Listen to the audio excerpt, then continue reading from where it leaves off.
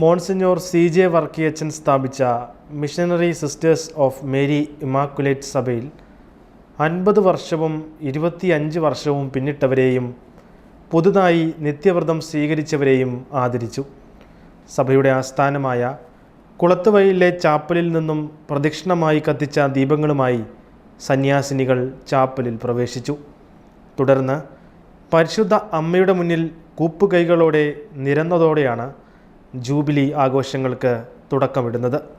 അദിലാബാദ് രൂപതയുടെ പ്രഥമ മെത്രാൻ emeritus Mar Joseph Kunnath, father Cyriac Komalinkal CST, father George Padinjare Anisseril, Kozhikode അതിരൂപതയുടെ വികാരി ജനറൽ ഫാദർ ജെൻസൺ പുത്തൻ വീട്ടിൽ എന്നിവർ ചടങ്ങിൽ പങ്കെടുത്തു.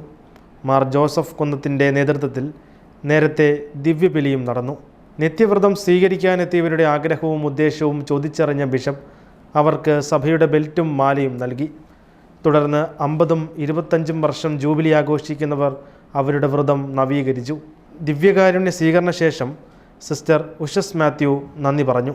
MSMA സഭയിൽ ഇന്ത്യ കൂടാതെ അമേരിക്ക, ജർമ്മനി, ഇറ്റലി, ആഫ്രിക്ക എന്നിവിടങ്ങളിലെ 100ഓളം സമൂഹങ്ങളിലായി 820 പ്രഖ്യാപിത സഹോദരിമാരുണ്ട്.